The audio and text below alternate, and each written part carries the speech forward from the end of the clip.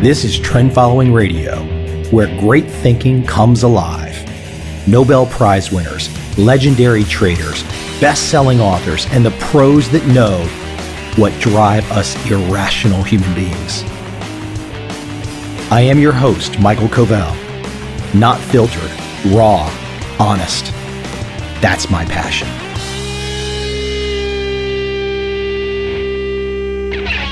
Today I have a two-part trend following episode. 2 interviews back to back. The first, Nigol Koulajian with Quest Partners LLC. Nigol has been at this for a long time, 22 years. His firm is approaching 1 billion under management. Perhaps they've crossed it, I'm not sure. But it's right in that ballpark. Nigol has a really interesting take on trend following, and specifically his replicating of famous trend following strategies. My second guest today is Don Wieczorek. Don's firm is Purple Valley Capital, a much smaller firm with a 6-year track record. But it's a classic, old school, trend following, high return track record. And Don and I break that apart. I think if you like trend following, you will like both of these interviews. If you don't like trend following, well, maybe I'll sway you just a little bit with both of my interviews today.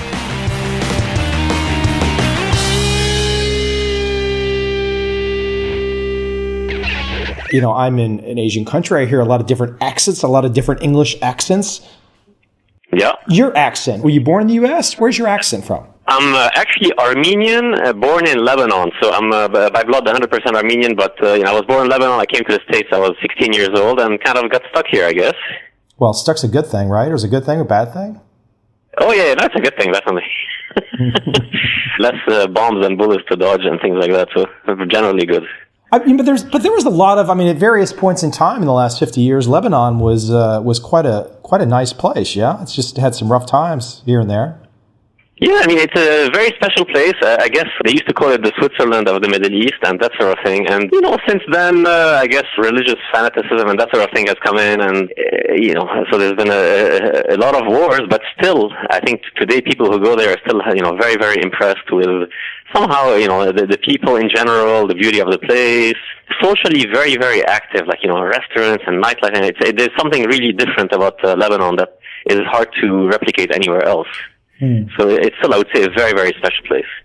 I'd love to go. I like going everywhere. It's kind of got that where you can walk and be out at cafes and outdoor and people are talking, and just that energy. Any of those places are just great to be, Yeah. Lebanese people in particular are very good at chit-chatting in cafes and, so, they're very always trying to create something new, always rebuilding, and, all over the world, I think you see plenty of Lebanese entrepreneurs or that sort of thing. So in the culture itself, there's a very, very deep consciousness about, operating around the world and same as James Bond. If I'm not mistaken, and I wouldn't be surprised if you guys have met or are friends or acquaintances, but I'm fairly certain that Salem Abraham had a Lebanese heritage as well. Oh, yes. His name is very Lebanese. I'm pretty sure he is, actually. I read somewhere that he is. Yeah, yes. Yeah. So I'm just relaying that idea of the entrepreneurism within the culture. Oh, yeah. The culture is obviously a massive influence, probably much more than your, school education or something, because it goes so deep and programs your innate habits, like your subconscious mind is much more programmed from your culture than, the school is kind of your intellect type of thing. But your deep instincts and how you react to fears and to the environment and that sort of thing, I feel the culture is probably, it goes in much deeper. So, Lebanon definitely has a big effect on people. We got to talk about this trading stuff. That's what people are paying the hard money to find out how to do what you want to do. And of course, you're going to tell everybody today exactly how you have done everything, except leave a few things out. Listen, hey, how did you get your start? Here, a systematic guy, I think about 20 plus years, 22 years, short-term, long-term strategies, but a systematic guy. How did you get the start? What was the break that got you over the hump to where you all of a sudden saw this light bulb moment? I mean, were you going down the path of the normal University of Chicago understanding efficient markets, and did something switch? What happened? What was the start? What were the triggers? I mean, the triggers intellectually first, growing up in Lebanon and seeing a massive devaluation of the currency automatically made me question what people thought in everyday life, like the everyday norms of what is safe and what is unsafe and where people save their money or that sort of thing. So from then on, it became very difficult for me to think of, today's mindset of investing in stocks and stocks, Dow 40,000 or whatever it is. Since then, for me, whenever I see something behind it as well, because I saw a whole financial regime. I mean, obviously Lebanon is a small country today. It's obvious that it's not, doesn't have a big place financially in the world, but the collapse versus what people thought of the currency was, to me, was very, very revealing. So even, today sitting in the, financially most prosperous country in the world, when I look at the stock market, when I look at the currency, I always say what people believe, what their assumptions are about the market are not as stable as they think. So from there on, I deviated away from the investment banking route to going to a technical trading route. And then everything I did was to try to move as quickly as possible into starting a CTA. Okay, but what was the trigger on the technical part? What was the first thing you read? What was the person, the mentor? Everyone's got some kind or a start. What was the nexus? Van Tharp was definitely critical in terms of giving confidence and clearing out a lot of the mental and emotional luggage, which would actually destroy a trader, in a week or two, If you bring a normal person to trading, very, very easily they're gonna, there's many, many reasons why normal everyday behavior would fail in the trading world. And studying with Van Tharp, in the early years was very, very useful. Also through him, I got in, the way of testing models on an overall portfolio basis and that sort of thing. All those are things that kind of hanging around him and hanging around the people who are designing systems around him, I very quickly learned. So I would say that he's probably, in the early days, the most important influence by far. Well, it's interesting that you bring him up because I'm going to open up our conversation at various points today on the more technical, systematic side of the equation. But you bring up right out of the gate the psychology, the mental side of the equation. Clearly, that's near and dear to you. And there's some subjects that I would love to break apart. And I was thinking we would do it near the end. But since you bring up Van Tharp, I've seen you be a huge proponent of transcendental meditation, a huge fan of yoga. I'm a huge fan of yoga. But talk about this, the intellect, the mind as part of your overall success. You can take somebody who doesn't have a dime and give him a good mind, and very quickly he will become rich and prosperous, and take somebody who has tons of money and with the wrong ideas in his mind, and he will make himself dirt poor in a second. So the mind is everything, and it's not the conscious mind. It's, our mind, we think that I am thinking, but in reality, even when you try not to think, as you know, there are thoughts passing through your mind. So the intellectual process is not something that we control. It's happening whether we know it or not, and thoughts come to our minds all the time. The thoughts that come to our mind when we're asleep, when we're, just daydreaming, etc., those things influence us much more than our willful thoughts. Typically, it takes a long time to settle down and clear up the other voices, all the other thoughts that come before the thoughts that we will for can actually become relevant in our intellect. So clearing up all that, the thoughts when we're not thinking, okay, where do they come from? Is it really me thinking, or am I being influenced by what I read? Am I being influenced by the overall mindset? Am I influenced by my family, by my environment, by etc.? All those things are going to be the major force which are going to dictate when you're under a little bit of stress, what direction you're going to take. Okay? So meditation, yoga, and all these things are ways to clean out all those subconscious thoughts, whether they're coming from you, your family, your culture, the environment, etc., in order for you to be more intellectually precise or to have intellectual integrity in moments of stress, in moments where your values are being tested. So I would say without a real in-depth understanding of what's within you, I would say that the markets are going to offer you plenty of opportunities to self-destruct. break this apart practically. I want you to kind of give a mini sermon on transcendental meditation. So I think for a lot of people, perhaps they could think back to the Beatles and George Harrison and whatnot. And even when I talk about yoga, and I'm not practicing really any form of meditation other than pretty persistent with my yoga practice. But I still know that especially other males, other red-blooded males, if they hear yoga, and even though I'm a decent-sized guy and I'm in shape, it doesn't make a difference. They still hear yoga and they think there's something, you're kind of just being goofy or this or that, or there's a little hippie side to you. But why don't you take a few minutes to really tell the audience why, and they can quickly do a few Google searches to find out that, for example, Ray Dalio is right there with a similar view to you. But why don't you explain transcendental meditation and why this is mission critical to your success as a fund manager today? We're at a time where the way we have lived in the past 100 years is changing. We cannot live in the same way that we lived, and therefore all of our assumptions about markets, about the economy, about our society, about the environment, all those things are changing. And people who are living as if the last 100 years are continuing are not, it's almost like they're not going to be able to make it through. The countries are living in that way, the families, etc. Things are changing. So from that perspective, you cannot rely on what your eyes see. You cannot rely on your memory. You cannot rely on your intellect and the patterns that it has learned as a way to guide yourself. So TM is a way for a few moments in your day where you can disconnect from all those habitual patterns that you have within yourself and to go to a quiet place within you where you can actually see reality. You're not trying to do this, but as you quiet your mind, you can actually see reality much more like it is rather than through the filters of your desires and of your memories. So it's a very simple technique. So if you ask the intellectual mind, you can describe it in, very quickly. It's basically, it's a word that you repeat, and it basically, by repeating that word, your mind has to go to it has to quiet out the external influences, because it's repeated in a subtle way, which means you have to quiet the loud noises to be able to repeat that internally within you.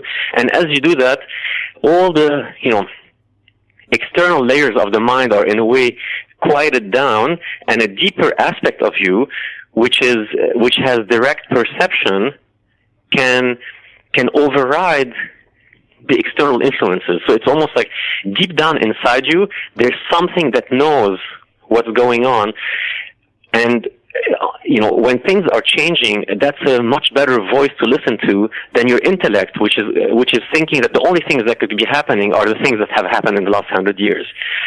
So TM is a technique where you're basically for 20 minutes a day, twice a day, repeating a certain, they call it a mantra, something that you repeat internally, and it has a very, very deep effect on your health, on your emotions, on your intellect, and you're able to actually guide yourself from a much clearer way than if you don't. It's almost like if you said, what would happen to somebody if they didn't go to sleep every day? They would turn into a real mess. But if you ask somebody else, what do you do when you're sleeping? You say, I do nothing.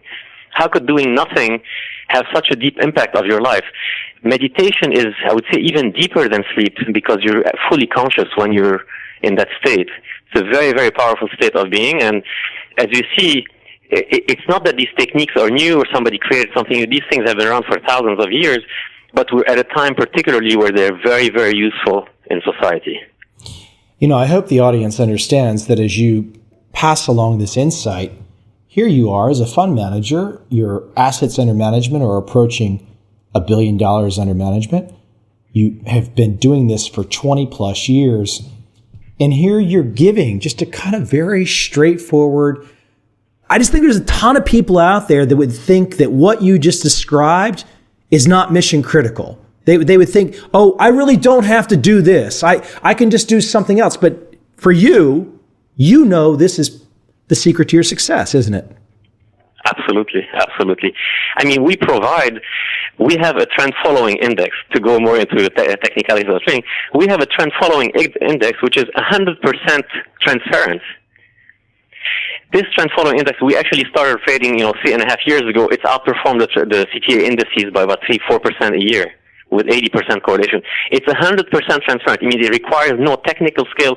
You can pick anybody out of high school and teach them how to do this. And still, most people will manage to ruin it or not do it correctly or get scared out of using it, etc., etc. So when you realize that the techniques are available at this stage, maybe 10 years ago they were not. Today, you can easily replicate the CTA indices. You can easily replicate what thousands of PhDs are doing. Okay? No, I mean, at this stage, this is known, it's been tested, it's been, this is broader. I'm not saying anything new. So if somebody believes that just by these techniques they can go and actually make a lot of money over many years, I would say that maybe if they're lucky, but most probably they need to look within themselves to make sure they understand what forces are going to come into play at stress points in life. You bring up trend following. You bring up the idea of this transparency. People can trade system ideas that you've put out there for the public to see. But you note that many of them may not do it. It's interesting for me, though, to compare that to something like the S&P, because the S&P is a trading system, too. And many people buy into the idea of following the S&P trading system just from a buy and hold perspective. Those same people are willing to take extensive risk. For example, a couple 50% drawdowns in the last 15 years. Who knows? Maybe we'll have another one. But for whatever reason, it seems like for the vast majority of the population, these two different styles of thinking and trading, they don't get compared honestly to each other. And I'm just wondering, is it because that society has deemed the S&P buy and hold system okay, but society has the powers that be, the voices we hear in the major media, the politicians, they've not deemed the models that you're talking about okay? You and I are deeming them okay, but the powers that be have not deemed them okay.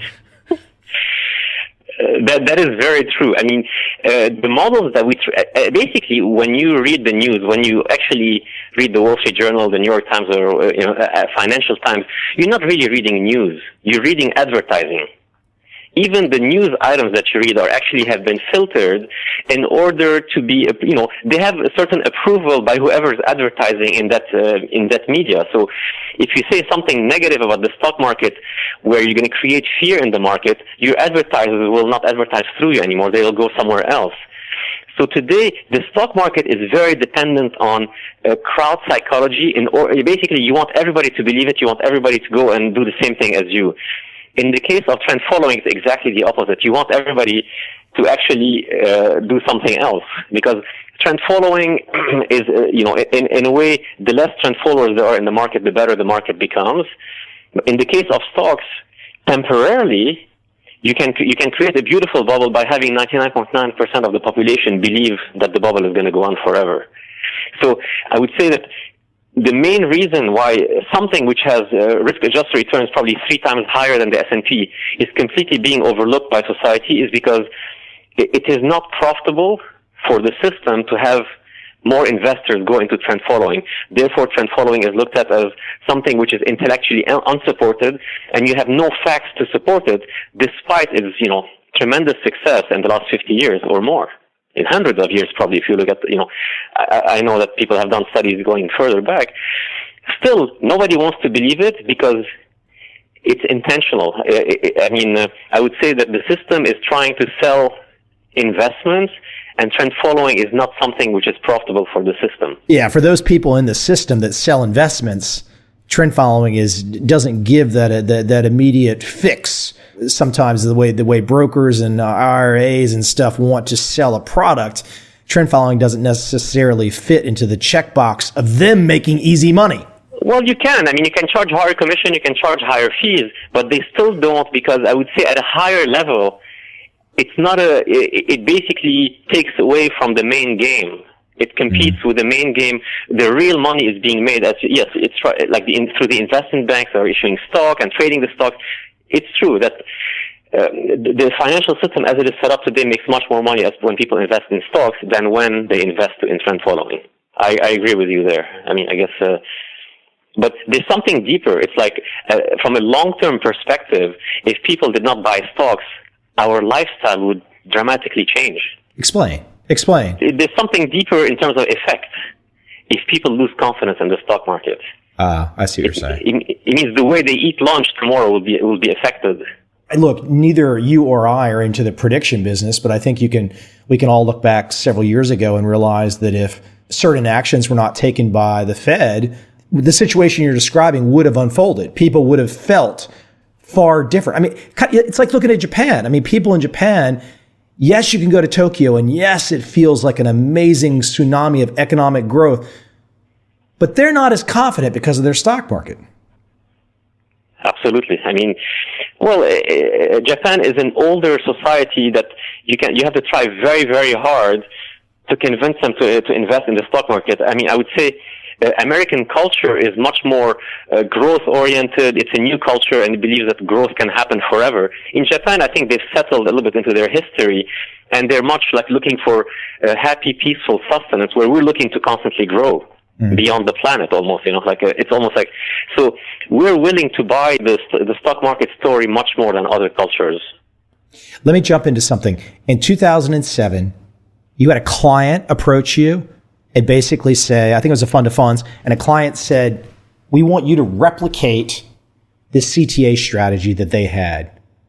Explain that. How did that unfold? Because most people are going to sit back and say, hey, hold on, these big names that I hear out there, they've got this secret sauce. There's 50, 100, 200, 5,000 PhDs. There's absolutely no way I can begin to understand what they do. Now, I would argue that if you just step back for just a few seconds and do a little bit of homework, you kind of realize that's crazy. You can, of course, understand. But why don't you talk about the idea of this client coming to you, what they wanted, and how that unfolded? The way it unfolded, we were at a stage where, from our business perspective, from 2003 to 2010, we actually managed money for the fund of a large CTA. So a very well-known CTA has a large fund of fund. We have $500 million from them, over $500 million. And until 2010, we're managing money from them. 2010, they redeem. We want to actually go out and raise money. At this stage, CTAs, 2009 is not a good year for CTAs.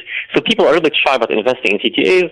And we're looking for ways to, any way possible, any interest into the systematic space, we're looking to explore that. We start writing research pieces that explain the things that we think people should know about the CTA industry. So you're investing in the stock market, you think your money manager is a superstar, but if you see that the reason he's outperforming is because he's invested in microcaps, and microcaps are doing very well, you say, well, he's really not a superstar, it's just a factor I can understand. So we became, in order to differentiate the value of what we did in our main fund, we wanted to teach investors more and more about what the industry is like. What are the factors driving the returns of the CTA industry? So we've written 6 research pieces. The first one was very clearly how to replicate the CTA space. The first time we actually wrote a piece talking about the replication of CTA space was in 2004. But, at the time, people looked at it, they were very interested, but, there was not much follow through. So now we're talking, 2010, early 2011. So this, basically Equinox, since it's a public, it's actually public information, they approached us, they said, we have money with all these large managers, but if you can actually replicate them cheaply and transparently, we believe that there's a certain amount of money that you could raise because people are interested in the transparency and the low fees. So we said that's a very, very easy exercise. Tell me which managers you would like to replicate. And they gave us a list of 5 managers. And we went back and hold on, you're becoming everyone's best friend at this point in time, right? There's five managers going, shut this guy up. No, I didn't say their name, so you'll have to do a little bit of more work to find out who they are. Oh, they're easy to find. They're real easy to find. I've got them written right here in front of me, but I won't mention them. Yeah, I mean they manage, a couple of them manage, over 10 billion, et cetera, et cetera. So they're well-known managers. So we do now replication. You can do a mathematical optimization, but that's not enough. Now, there are a lot of things you can replicate in the world. There's a lot of things that you think you can replicate, which are, where replication is going to work through history. It's not going to work looking forward. So it's very important that you're more likely to succeed in the replication of macro level factors, less likely to succeed in the replication of micro level factors. Luckily, the managers that Equinox picked for us to replicate were large managers, which means they're less likely to be able to hide in a small, dark little corner of the market and generate alpha.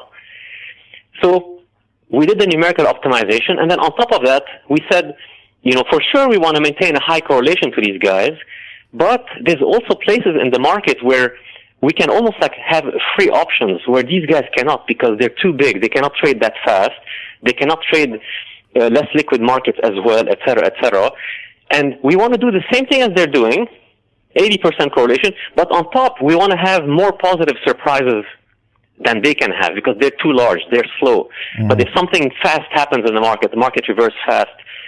A sector which was, underrepresented or not performing well, such as commodities, what if something really big happens in commodities? These guys cannot participate because they're too large. So any free option that we could find in the market, we kept in the replication instead of taking it out. So the replication was not a pure replication. It was, we want the 80% correlation, but any free option, we're going to take as well. I like the way you think. This is a deadly thinking. I like this. This is nice. So take the best of both worlds, right? Yeah, I mean, it's available. The market is very, very inefficient, and today investors, in a way, are getting lazy. They want to invest in larger firms because they feel it's safer, thanks to Madoff. Now, there's a lot of alpha which is available through strategies that don't have as large capacity, which is not being utilized. We're saying those capacities still have $1, $2, $3, $4 billion in capacity. Why not utilize them? I like the cleverness of the thinking there. So you were having the replication idea, though, before any other third parties came to you. You were already thinking about that yourself. Yes, it's something we looked at in the past in order to isolate the alpha in our main trading strategy. We thought, we can replicate alpha, but we have to expose ourselves to a certain amount of beta to create that alpha to the CTA space.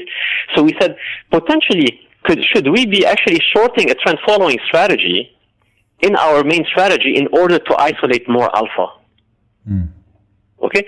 So it became, we started looking at, replication that way, et cetera, et cetera. So it's something that you always, when you're trading, you always want to know, what is it about what you're doing which is special, and what is it which is part of the market? So if you're, a fan of Warren Buffett and you're investing in value stocks, you want to know whether you're telling yourself a story or there's really value in what you're doing. So you really have to have the correct benchmarks for other value managers, et cetera, and make sure that you focus on where you're really providing value added. Where you're not providing any value added, you're better off just not thinking and replicating something which is out there.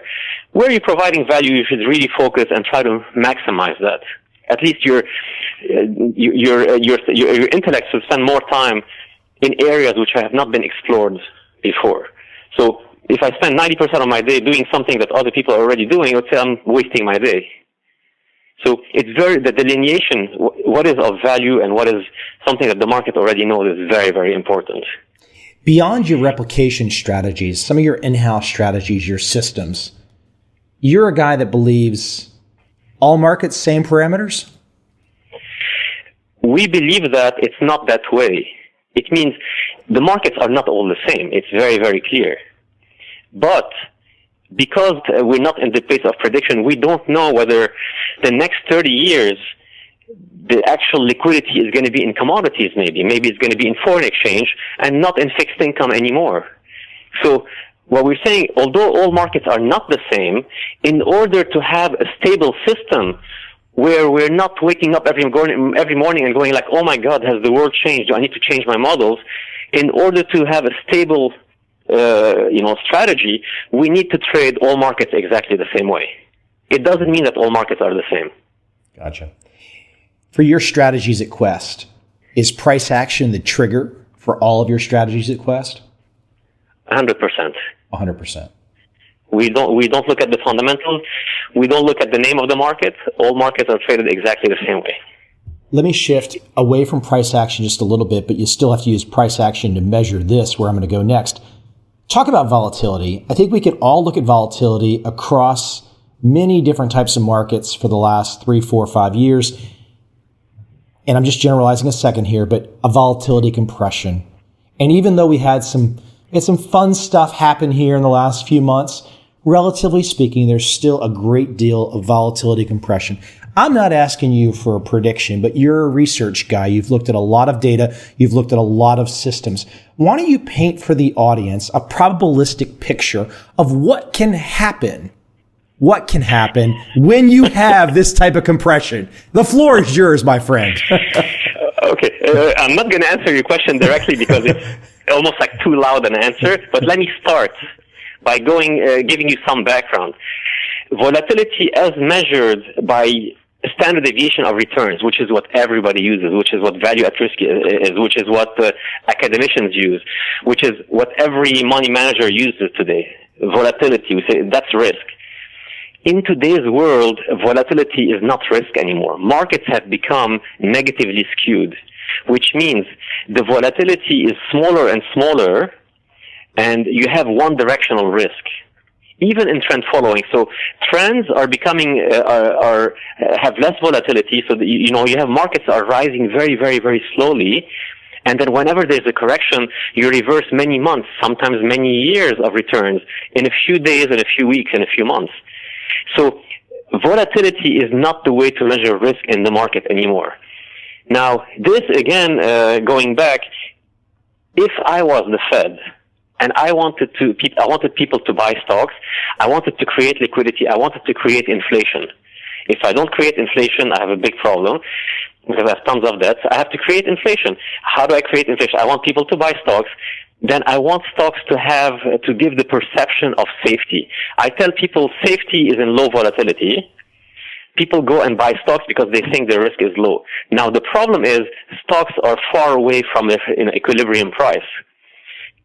Value, people tell you, PE is 15, not a problem, blah, blah, blah, fine. Now, so volatility in a trend can go to zero. If a market is going up 20 basis points a day, you have a beautiful trend. The vol is zero. Can the vol expand in that market? I'm not going to answer. You can have a 20%, a 20-time increase in your volatility, actually, easily. So in today's world, the trend that you see in the stock market, the trend that you see in bonds, the trend that you see in high yield, all those things, when you measure the risk through volatility, you have a serious problem coming your way. Now, we have gone one step beyond that and saying, if you use volatility plus tail risk, so skew, and volatility together, then you can predict the size of the corrections. So the typical guys, LTCM, Lehman, Bear Stearns, all these guys tell you, the vol was low. On a vol basis, our positions were not too large, but then they had losses 20 times or 30 times their volatility. We're saying, if you look at skew, which means directional risk, you can predict the size of the correction. And we wrote a paper on that. Just to give you a basic sense, so people say we lost 10 times our vol, they lost 20 times their vol. The more the skew of an investment is negative, it means there is directional volatility. Before the drawdown happens, the bigger the correction is going to be. And it's proportional. Our second research piece goes into that. So, going closer to your answer, what can happen from this type of volatility? Well, let's say the yields on JGBs, the yields on European 10-year bonds are less than 1% for 10 years. That doesn't pay for inflation. It means people investing in JGBs or in bonds are actually guaranteeing themselves to lose money. So is that a good price? Is that a good place to invest? Probably not. So this is how distorted markets are. Markets are extremely distorted. The risk is tremendous, but the volatility is very, very low. Starting from here, you can have very, very substantial adjustments in price. Now, you're so far away from equilibrium that I would say there will be probably it's possible that you have corrections where you have no chance to adapt. Like everybody is long the stock market, but they trade it with like a momentum filter on top. They think that they're safe, but it's possible that the market reverses fast enough where you have no time to exit. So there's a lot of weak thinking in the market which has not been tested, and the potential for massive accelerations is tremendous. I remember watching the flash crash live. Yeah. And every time one of those, I think it was the Greek security guards hit a protester, the market dropped even farther, faster. So, I mean, that was just one of those great moments for people to realize how fast things can happen. I'm not making that up. That was true. That was like, woof. The multiples of volatility that you can have in drawdown, we've seen in 2008, the smartest funds, the largest funds with the most PhDs, lose 10 times their vol. That's not something surprising anymore. Today, where we are, the volatility is more compressed than it was then, and the skew is more negative than it was in 2008. There's a very serious danger in using volatility as a measure of risk, where there's no more local volatility. All the volatility in the markets is tail risk volatility. It means people are not happy just generating returns by exposure to stock market beta. They're actually selling tail risk in order to generate more alpha. Before I ask this next question, I wanted to bring up something on the replication side of things again. There's a guy, he's very well known. He runs, I believe, the largest fund in the world. Is he upstate New York? I'm not sure. He's somewhere near New York. He's also a TM guy too, and without naming names, since we're not naming names in this, have you replicated his strategy as well? We've looked at his strategy. He's more. So there's a lot of funds that invest through similar strategies. It's more like asset allocation. So let's say I'm going to be a quarter in commodities, a quarter in fixed income, a quarter in stocks, and a quarter in FX, long or flat. Okay, so when you use, so it's not a question that the performance has been great, but you can replicate the strategy pretty easily by doing this type of long flat strategies, fixed income, equities, commodities, and FX. So even if you did this, and now many other people are using similar strategies just in equities and fixed income, again, you achieve Sharpe ratios around 0.8, 0.9 without any skill. Now, that manager is, a very, very smart guy, but he's very, very large. Very, very large. So if that type of strategy stopped working, I would say he would have a serious problem. So far, we've been extremely lucky that whenever when stocks were going down, bonds were going up, and vice versa. These strategies have not experienced drawdowns proportional to their real risk. When bonds and stocks go down together, you would have the exposure of these funds would become much more obvious. Shorting is very difficult for large funds. Food for thought for the audience to consider. Hey, a question. One of your research pieces recently, you were talking about trend following as a hedge to equity risk. And my first thought was, isn't that how it's already been positioned? So why don't you explain this difference? You're thinking of trend following as a hedge to equity risk versus like diversification. Explain the differences there and what you're thinking. Okay. So people took a long time to become convinced that CTAs are a good addition to a hedge fund portfolio. Then they became convinced that it's a good idea. They started adding CTAs. Except when they allocated money to CTAs, they allocated to the CTAs that had the highest Sharpe ratios. The way the CTAs that had higher Sharpe ratios were the ones who had diversified away from trend following into risk-on strategies such as long equities. So suppose you're a CTA and you have 20% volatility and 15% return. That's, call it like, very good CTA already. Investors come and tell you, we like your 15% return, but we don't like your 20% vol. Can you give me 15% return without 20% vol? I'm not kidding. They do ask questions like this. And a lot of large CTAs said, yes, all we're going to do is we're going to reduce our trend following components and add the stock market on the side. So 30% long the stock market and, 70% trend following. So you have two strategies that have, slight negative correlation. The vol is reduced to 12% and you still have your 15% return. Okay.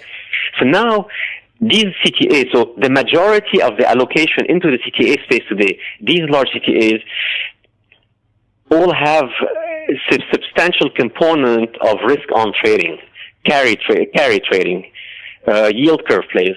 So basically strategies that lose money when the vol expands. So in 2008, we showed this in our third research piece, the BTOP, if you replicate the BTOP versus the BTOP underperformed by 80% over a 2-year period during the crisis because the large CTAs that comprise the BTOP were actually long the stock market and have strategies that were not fast enough to adapt to the trend reversals. So CTAs have become less of a hedge to the stock market because they're borrowing stock market returns to lower their volatility, to diversify internally from trend following. What we're talking about in that research piece, we're saying, first, large CTAs and the BTOPs, etc., are not good at hedging equities anymore because they actually have long equity positions fixed, not trend following on equities, fixed long. It means even when the market is going down, they're actually long equities. So we're saying, as an investor, if you don't want to be confused by the high Sharpe ratio of your CTA, you should actually extract factor by factor basically all the factors that are driving his returns.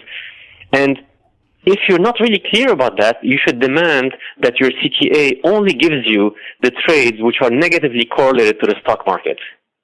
Okay?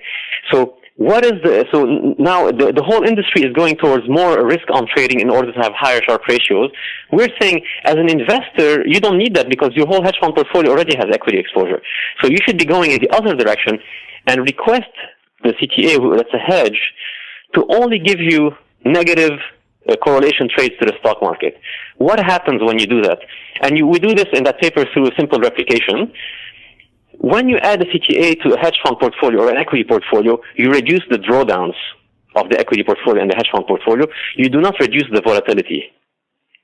What we're saying, if you isolate the trades which have negative correlation to the stock market, you can reduce the volatility of your hedge fund portfolio. You can keep 80% or 70 or 80% of the returns of your CTA. Most returns of a typical CTA come during equity corrections when the vol is expanding. You can keep 70 or 80% of the return, and because you're only providing returns which are negatively correlated to the stock market, you can actually at the same time reduce the volatility of a hedge fund portfolio by 25%, which is it's completely out of the ballpark. If you use short sellers to reduce the volatility of your hedge fund portfolio, they cost you 5% of negative alpha to the S&P. We're saying using CTAs, but specifically going for the trades which are negatively correlated to the stock market, you're going to have between 5 and 10% of positive alpha and negative beta to the stock market at the same time. So it's not something which has zero correlation, minus 10% correlation to the stock market. It's something that has minus 50% correlation to the stock market at this stage. So we're trying to dissect the returns of the large CTAs, the CTAs that most investors are allocating to, and saying there's a different way which is much more precise, much more useful, and it's completely transparent. I mean, in that paper, we do not do anything which is skill-based. It's fully transparent. All the models are transparent, the replication and the filtering technique to create a minus 50% correlation to the stock market. So it would not be unusual for clients, and these clients could be institutional investors, they could be state pension systems that represent teachers, firemen, police officers. It would not be unusual for the managers that work for these state pensions, other types of large funds that represent many, many small investors.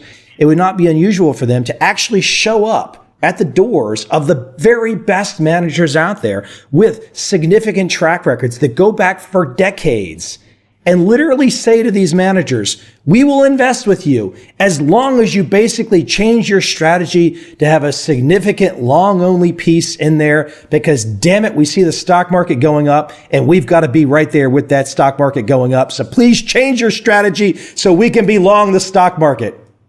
Correct. Now, this is a lack of education. It's a lack of understanding or lack of commitment or a lack of willingness to try to understand trend following. So, can we add arrogance in there? So they're paying the price. They paid the price in 2008. We're saying CTAs over a 2-year period should have outperformed by 80% relative to the BTOP. So on an equal beta basis, it's unimaginable. I mean, what happened in 2008 to the large CTAs, but most people didn't realize. Mm. So yes, that is the case. And again, when you're going back through the restrictions that these large pensions have, high Sharpe ratio, we don't want your vol to be higher than 15%, et cetera, they're shooting themselves in the foot in a major way. Major way. I think you've given people a lot of great food for thought today to think about, and definitely have to check out some of your white papers, if not all of them. And we could clearly talk for hours more. Hopefully you will come on and we can talk even more in the new year. I would love to have you on again. Clearly, we can just keep asking question after question and dig in. Hey, where's the best place that people can go to check out you and your work, Nigol? I guess our website, questpartnersllc.com. They can, from there, basically get access to the research pieces, our performance, et cetera. So the research pieces, I would say, should be really interesting for anybody interested investing in the CTA space. They should also be interesting to CTAs because we provide models that bottom pick the stock market and fixed income, where they have like 1.6 Sharpe ratios, etc. I'm not saying that we recommend people doing that, but just to show how distorted the market has been in certain ways. So there should be a lot of interest for both investors and CTAs in our research pieces. What keeps you going? I always ask, why does the next breath always come in? I don't know. Something inside us keep the life going. And I think that trying to intellectually explain it would kind of constrict it to a very, very small thing. So I think that where does the next breath, when we're sleeping, how come we still breathe? In this space that sometimes people can't be as clear and transparent in how they really think because there's assorted constraints. And I do love that you would come on my program, and you have been very, very forthright. And I love that because I think, look, we only live one time, so why not just talk the truth every time and put it out there and let it sit. And I love that. That's awesome. Absolutely. I think that the fear of clients' reaction is one of the major sources of manager self-deception. It means they stop seeing certain things in the market because they're afraid that if they see them, then their viewpoint and their investors' viewpoints are going to differ. I always like to say it like it is and see where it goes. Well, good stuff. Hey, thanks again for coming on. And like I said, hopefully we can catch up in the new year. Thank you. Bye-bye. Bye-bye. Take care. My second interview today is with Don Wieczorek.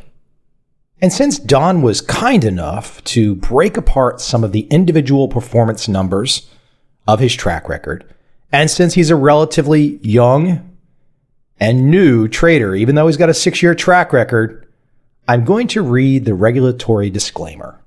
Quote, references to specific program performance is for educational purposes only and not promotional in any way. It's important to remember futures trading can involve substantial risk and is not suitable for all investors. The inherent leverage can work for you or against you, making large gains or large losses. Prior performance is not necessarily indicative of future performance, end quote. That is the disclaimer that Don wanted me to read, the regulatory disclaimer.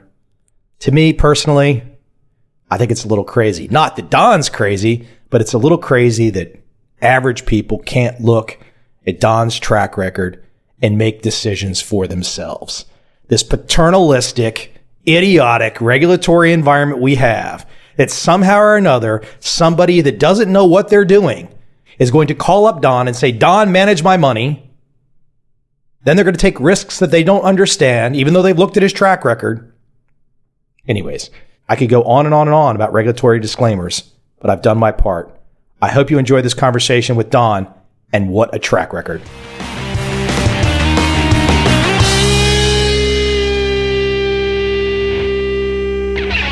I say this with all due respect, but I'm looking at your track record, and it looks like they took Bill Dunn, Ed Sakota, David Drews, Paul Mulvaney, Tom Shanks, threw them into a blender, and out comes Don.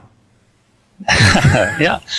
Yeah, I could see why you think that. And I am familiar with all those names. I've done plenty of reading and studying over the years, and kind of, I'm not the most creative person in the world, but I am good at assimilating and kind of picking out, strengths and weaknesses from different traders and try and focus on what worked for them and trying to figure out what the winners do. Kind of put it in a blender, as you said, find something that fits me. So far, so good. It's been about 6 years now, and it fits me really well. I feel very comfortable trading it. It's very liberating when you have that feeling, and I'm very fortunate to have all my investors. I have about 60 investors, and they're all very similar to me in terms of psychological makeup, and they've totally bought into the system, and that makes it a lot easier. Let me take a step back. So you're about 6 years into this, but you started this right out of college. I mean, I'm guessing, and I'm not saying this in any kind of like to toot your horn too much, but I'm guessing there's not too many trend following traders around the planet. And I know you're still small at this point in time. There's probably not too many trend following traders around the planet with a 6-year track record that looks like yours during this same window. I don't know. What is there?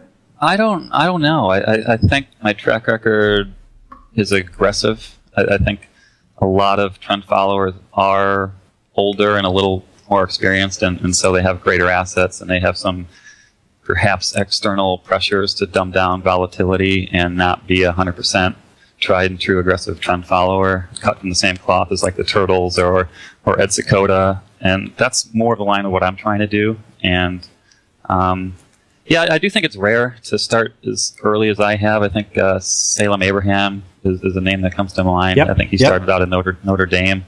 So those are the guys that I look up to, and I've tried. I've reached out to them and spoke to them, and they're kind of my mentors and who I try and want to emulate down the line. And I'm just grateful for the opportunity. I love the fact that I'm 28 years old, and it allows me to have a really, really long-term perspective, and that's so helpful with this sort of strategy. I mean, we just went through one of the worst drawdowns, not just myself, but just trend followers in general. I mean, this is one of the deepest and longest trend following drawdowns in history over the 30, 40 years. And just being able to have this long-term mentality and saying, hey, like a negative couple of years is not going to destroy me. Like that's not insurmountable at all. And that really, really helps. And it's the same thing with my investors. We're all around the same age, and we all have a very long-term perspective on it. And it really helps.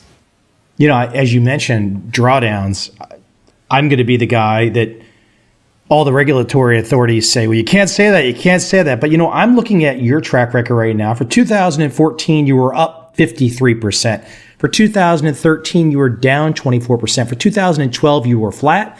2011, you were down 11%. 2010, you were up 48%. 2009, you were up 19%. And for the last 5 months of 2008, you were up 66%. I know you're above break even right now. Yeah, we've definitely pressed the winners and cut the losers, and it certainly works. We, like you said, though, we've had plenty of drawdowns in there, but I like to think of it statistically and mathematically, and that's really what all these strategies are born from. If you were to really cut down the data on my monthly performances, is yes, there's a lot of winning months and losing months. It's about 50-50 actually, and that's what was expected when I created the system, and that's kind of common across the industry. So you have about 50% winning months, 50% losing months, but my winning months outweigh my losing months by almost 2 to 1. So that's very significant. And when I talk about this strategy, before I get into the details of it and make it sometimes complicated, because I try and simplify it and say, the game we've created by cutting losers and pressing winners is this upside skewness or optionality such that we're almost flipping a coin. It's like 50-50. Heads, we're going to win $2. Tails, you're going to lose $1. Like that's a positive expectancy system. That's a game you want to play. Like that's a game you want to keep playing for as long as you want, or as long as you can. And you want to be in the markets every month. I wish markets were open on weekends. Like I want to trade the system for literally as long as I possibly can. Hey, let me go back in time here some. So at 28, when was the first time, and what context? Was it a peer, a mentor, a professor, a book?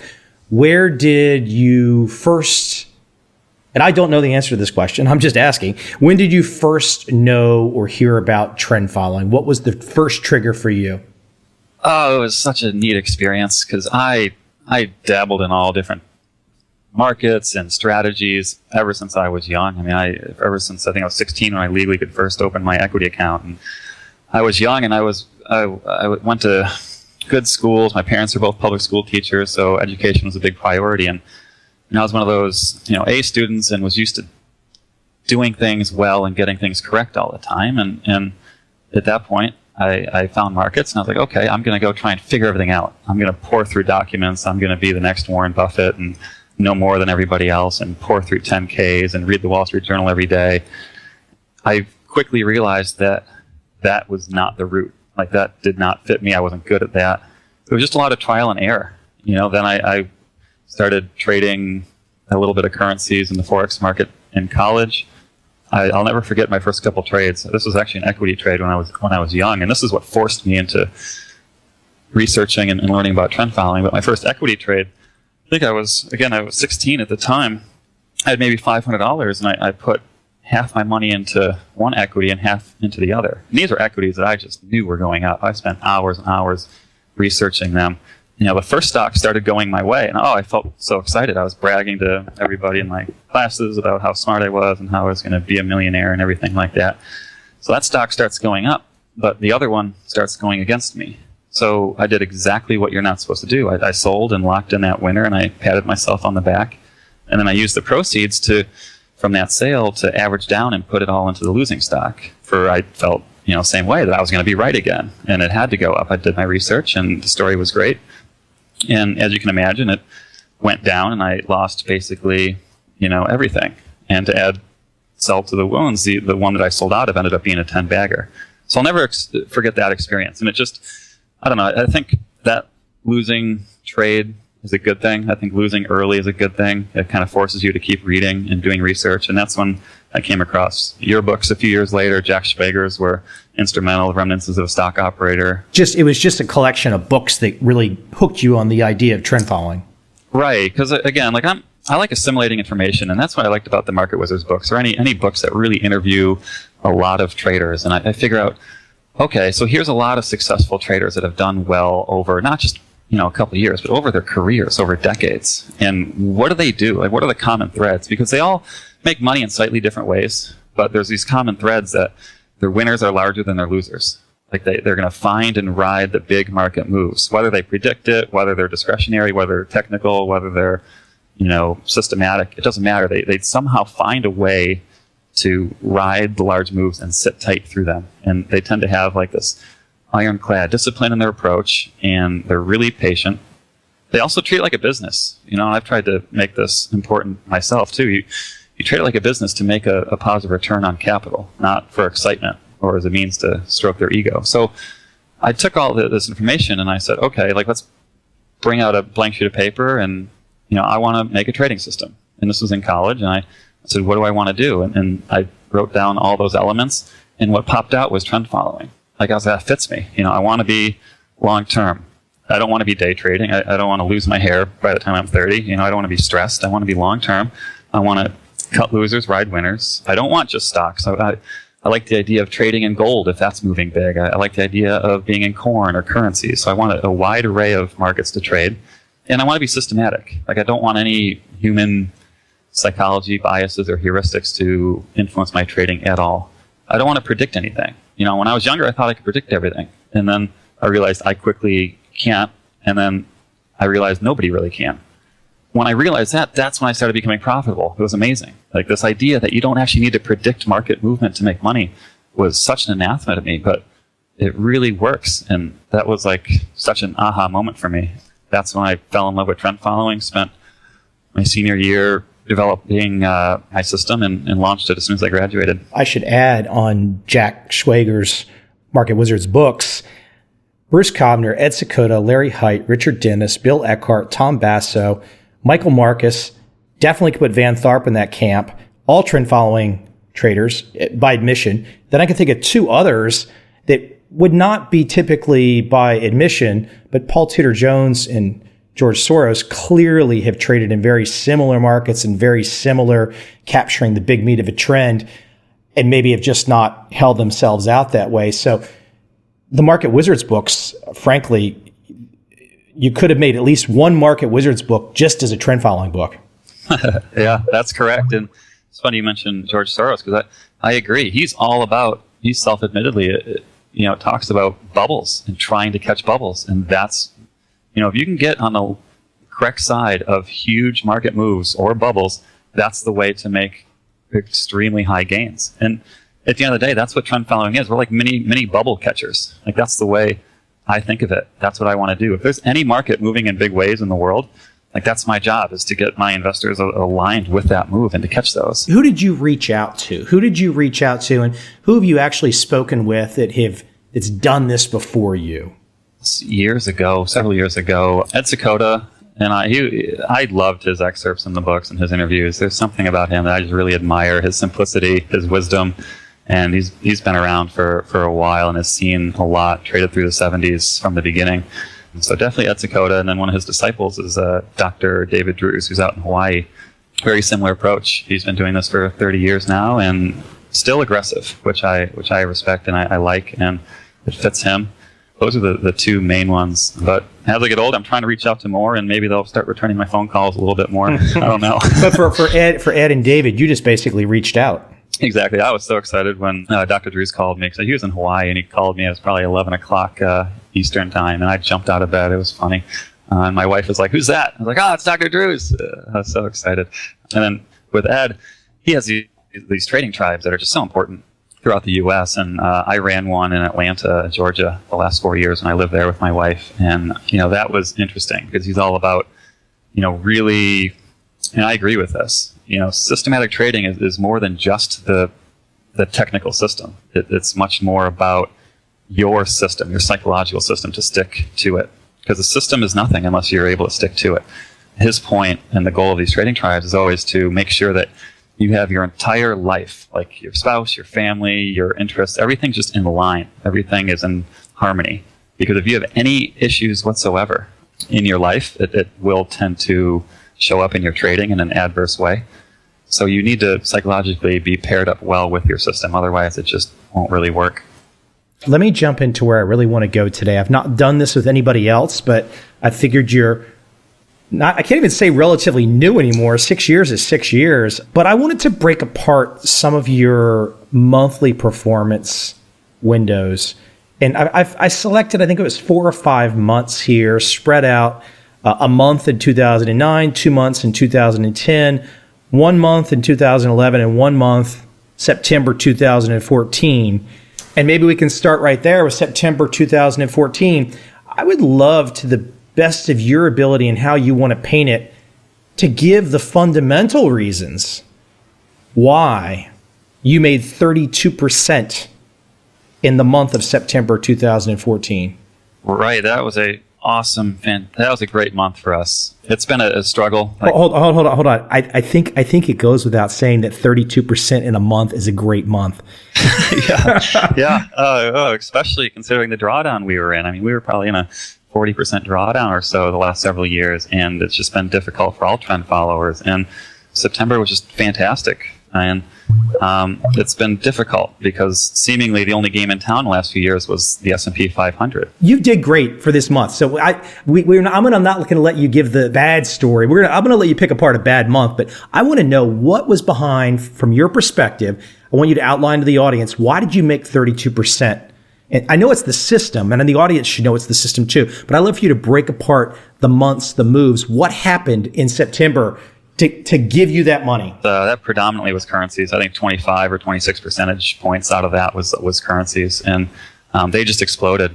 I mean, it was just a fantastic month for currencies. You had the U.S. dollar finally rallying big time. The Bank of Japan is outwardly trying to destroy their currency. The European Central Bank is on the verge of cutting because their economies are on the brink of recession again, and we stopped our stimulus here in the U.S. and our next move may be a rate hike. So we had this pent up range bound systems in markets and currencies for the last 3 or 4 years, and all that energy just got released. and it was really just massive moves. The beauty about having months like this is we don't limit the upside. So when you have huge moves like this, you can really catch them, and it happens. It doesn't happen that often, but we've had maybe, I think, 6 months like this now that are over 20%. And let's clarify in here for the audience. You're not attempting to say that you knew this was going to happen. You did not know at all.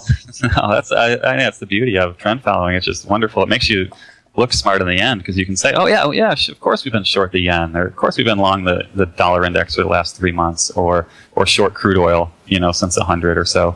So that's the neat thing is it's so simple, yet it works in the sense that it automatically will weed out the losers and it'll press your winners. A lot of the big months are a function of the money management as well. I mean, we do press winners. I'm a big believer of if you're doing something well, keep doing it. Do more of what works and less of what doesn't. And so if you do have a winning trade, press it a little bit early on. It's just a month. Again, you don't get them often, but it's just a month where everything works. I, on average, will have 8 to 20 positions in the portfolio at any one time. So that's highly concentrated. That's more concentrated than a lot of the larger trend followers that follow 50 or 100 markets. When those 8 or 10 or 15 markets all start really moving, you can put up some big months like that, especially when you don't have profit targets, especially when you don't lock in any of the winners. If you really let that upside go, you can really crush it sometimes. I should add here that I'm going to put in the write-up for this episode a link to where they can look at your track record, because I think it's going to really help the audience to where you can pull this up and look at what I'm looking at and say, okay, here's the red, here's the black, and here's 6 years. Let me jump back a few years, though. So May and June 2011, down 17% for May, down 12% for June. Now, talk about the psychology of that, where you lose 17% in May, then another 12% in June. And you still lost money in July, but only about 1%. So you went for like 90 days and it wasn't feeling that good. And actually, if I keep looking at it, then you had a big month in August of 2011, up 17%, but then you lost another 5% and lost another 17%. I mean, it was a really rough stretch of 6 months, wasn't it? Sure. I mean, it's tricky. It psychologically can be difficult, but it's not outside the expectations. And that's why I don't get worried at all. It's like if you're going to make a system that's aggressive and you're okay with it, your investors are okay with it, none of these are outside the expectation. And I think that's key. And more importantly, that's specifically to your point about the negative 17% there in May. That's, I think, the worst month I've had. I think I've had another 7. Yeah. I was trying to find your worst month. It was October. It was October of that year, 17.5%. So I've had 3 months where I was down 17%. Those are my worst months. But it's important. I mean, as difficult as it looks, down 17% is tough, but it's all relative. If you put it in perspective of the prior 8 months, we were up 174%. So that's the take home, is that when I do have big negative months, it's a giving up of unrealized gains. We had just been on a huge tear. And when you get in trend following, when you get these big negative months, a lot of times it's the giving up of unrealized gains, not core capital. And that's a huge difference there. Yeah, absolutely. I don't think a lot of people really quite grasp that. But I like to use the example. It's like, say you have $100 or so of core capital and you lose 10% or $10 right off the bat. Like, that's different in my mind than building that $100 to $200 and then losing 10% or $20. So in the first example, you're down $10 of core capital. In the second, you never touch core capital, and you end up being up $80 overall, even though in both scenarios you went through a patch of down 10%. That's what I like about trend following. I mean, it really preserves or tries to preserve that core capital, and by cutting the losses so tight. But then with winners, you open that up a little bit, and I'm willing to risk trend following. That's the nature of these strategies. They're willing to risk that unrealized gains or allow those winners to run a little bit.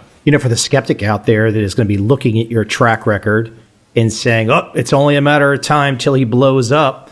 It's only a matter of time till it's all over." And my rejoinder would be, my comeback would be, "Hey, why don't you go take a look at David Drew's track record? Why don't you go take a look at Tom Shank's track record? Why don't you take a look at Bill Dunn's track record?" Now, that doesn't necessarily mean you're going to end up having the same records, but I don't know the correlations off the top of my head, but I'll bet you are extremely close to some of these well-known traders. Right. That's exactly right. I know Drew's crushed it again in this past September as well on the currencies. So you're right. I mean, we're all at the end of the day, if we're having big months, we're catching the same trends. There's no magic about it. There's no, I'm making money when other trend followers aren't, or vice versa. In terms of it's just a matter of time to blow up. I kind of smile when people say that, because I do hear that a lot, very much. It's almost to the point where it's funny now, because I look at trend following and I think it's one of the best risk management strategies there is. I know exactly every day, worst case scenario. I calculate it. When I see your track record, the first thing I think is, really in my mind, I just it's an old school track record. It's an old school high volatility track record. And if you want to get rich, if you want to try and make a lot of money, you're giving people a great study on how to do it. Yeah, this is very much in line with the original Turtles and a lot of the books, Michael, that you wrote about and filed, and that's the goal. Is to try and run this as far and as long as I can. And it is volatile. And I totally accept that. My investors accept that. And, that's what I try and preach when people sign up or I try and talk about this. But there's a big difference in my mind between volatility and risk. And that's what I don't think everybody quite understands that looks at my track record and says it's just a matter of time before he blows up. Because risk, and that's what I manage, and that's what trend following does, is that's the chance you're going to lose money or blow up. Where volatility, that's just like a up and down movement or variation around an expected return. So that's what mine is. I'm volatile. So the way I think of it, and this is kind of the metaphor I really like, is like an elevator. It's like going up and down on an elevator. That's volatility. And like you said, Michael, if you want to do well or get to a very high level, you're going to need volatility. There's no way to get to the top floor or to do well without any volatility. But your track record, as you know, is the institutional clients, I'm guessing, are not going to be beating down your door in the current incarnation of your program. They're just not going to accept it. They're looking for something else. Exactly right. And I've had plenty of conversations with them and plenty of offers to, if I were to dumb down volatility, or if I did this or that to my system, or if I blended it. It's insane. You're already in the game. You're doing well, and they come to you. They see you doing well, and they come to you. These people that don't know what the F they're talking about, and they tell you, please change everything you're doing so well so we can then give you money. And you must just look at them and go, it's unbelievable. It's unbelievable that they even have charge of client money. That's what's unbelievable about it. Oh, it's frustrating. They say, we want the gains that in the system that got you those gains, but we want to change that system moving forward. And unfortunately, you see that. Like if you look at some of the long-term trend followers, you can see the change. I hate to use the word sell out, but I mean the fees on several $100 million and over $1 billion start to make a lot of money fast. Yeah, and then the strategy changes and the returns aren't there anymore. And it's purely a function of career risk at the institutional level. Like I get it. Like I know they can't have this volatility in their portfolio to show to clients. I know they can't have managers that have a down year or a 40% drawdown. Like you say, they can't, but let's be honest about this for a second. And I mean, somebody out there is probably, it's easier to have this conversation with you because I get a feeling where you're trying to go. But I've met some of these goofballs, the people that work for the teachers' pension system of the state of Texas. I mean, these are government bureaucrats that don't know what they're doing, and they are in charge of the teachers' pension systems, of the firemen, of the police officers. And at the end of the day, I think ultimately all that monkey stuff they might do at a particular institutional investor, I bet they're lucky if they even end up just beating the S&P or even matching it. Oh, you're right. And few even do. I think this year it's the highest percentage of people that are lagging the S&P in history. I mean, it's ridiculous how many people are lagging. But that's what it is. I mean, it's a lot of benchmark hugging. And, like in 2008 when the S&P is down X amount, if you're down a little bit less, and that's good. Have you decided as a young guy, I mean, you've got influences like Ed and David. Have you decided as a young guy that you want to grow this internally and with some real key friends and family and steer clear of that for your life? Because I've read some of the notes you sent me, and it sounds like you enjoy life and you don't want to be burdened by some of the stuff that big managers get burdened by. So is that part of your motivation right now? At this point, for sure. And I'd love to think that I can stay on that path and keep doing that. It's important. I mean, I don't really, I do this more for the mental, I just think this is the most fascinating, job in the world. I think it's really interesting. I love markets. I love trading, and I really do want to grow with the friends and family and others who are interested in this sort of strategy at this rate of volatility. I'm not really in it to, get fat and rich off management fees and dumb down volatility and try and target 6% a year. Like, there's enough of that out there, and you can do that. That's not that difficult. How do you compete with the multi-billion-dollar funds that have got that head start on you, delivering what you just described already? Right. Exactly. And it's like you said, it's a tough sell to some of the bigger institutional investors, and so. But at the end of the day, even just a couple percent allocation. I look at it and they say, "Oh, it's so volatile," but it's like, if somebody puts $1,000 into this, it's like, okay, 50% drawdown's not going to crush you, but it can. In years like 08, that's, trend following really helped people out in years like 08. And it's that crisis alpha. I know you spoke about that in the past on your podcast. I mean, it really does add value. And just the nature of it being totally uncorrelated, like a positive expectancy, uncorrelated alpha generator is it's funny. Because I feel like that's what people are staying up all night looking for, and here we are, and they don't want it. It's really funny. As I look at your track record and I think about how you're talking, I really think probably, and it'd be interesting to see, I know a few people listen to my podcast. I have a feeling traders are going to be more interested in you. Other traders would be more interested and understand what you're doing and be willing to deal and live with the risks versus some of the suits that have no clue. Yeah, that's very true. And to be honest, I enjoy those conversations better anyway. I often will get phone calls or emails from other traders. We'll just talk markets and strategies, and that's what I get really fired up and jazzed up about. Not about how to grow the fund into $1 billion. That's just the trading part is really, really interesting to me. Let me bring up one more month window, because when people are looking at your track record, I would love for you to kind of talk about what was behind that performance. It looks like the best 2-month back-to-back that you had, which was in 2010, September, October. September, 32% 1 month, October, 25%. You ended up the year, essentially you were really down before you hit those 2 months. You ended up the year about up 48%. But talk about those 2 months. What was going on there that really pulled that performance for those 2 months? That was huge moves in cotton and soybeans and corn and the grains and gold. Mostly cotton. Like you said, we were down quite significantly up to that point. The first 9 months we were down maybe 30% or so.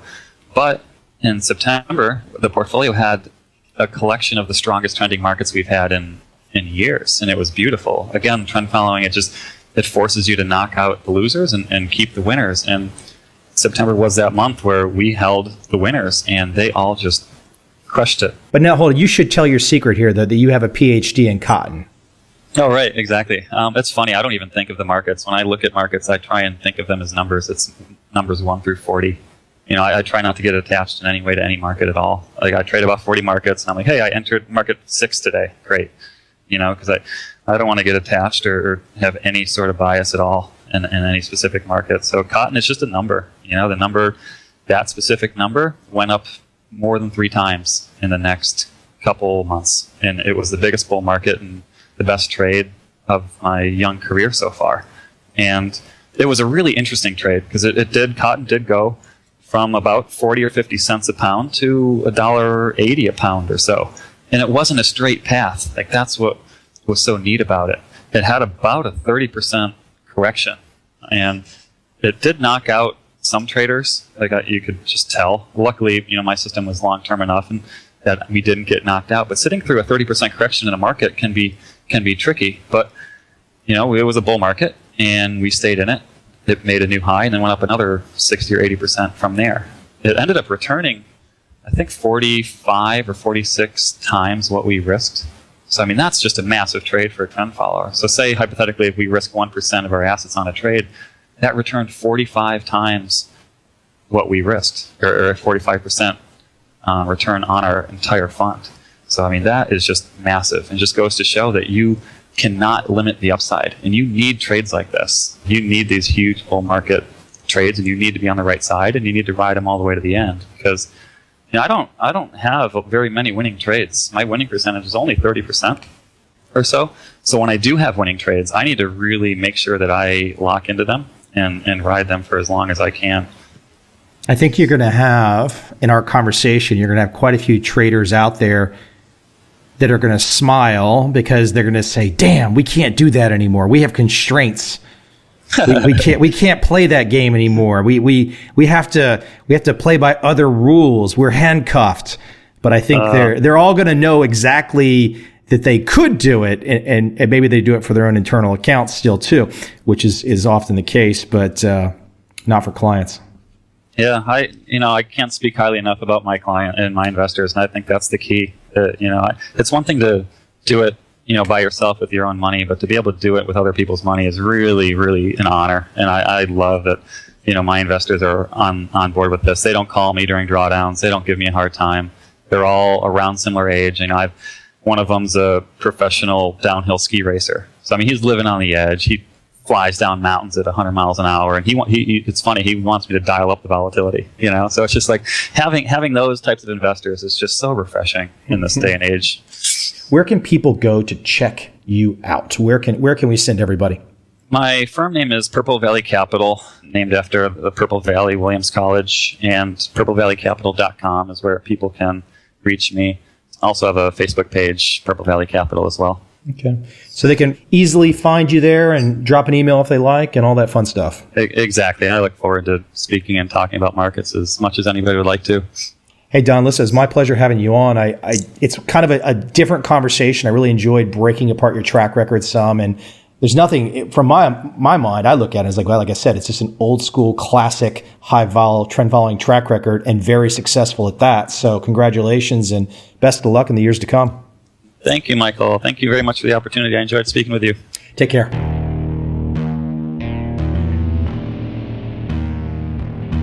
I see a time when those awake will understand how to make money in up, down, and surprise markets. Whether new trader or experienced, college student or financial advisor, protecting against a crash or just trying to make a lot of money, trend following offers everyone an answer in uncertain times. To get started immediately, send me an email, michael@covel.com. I will send you the right trend following steps to take along with my free video. But if you want to buy and hold, trust the government and trust Wall Street, this is absolutely not for you.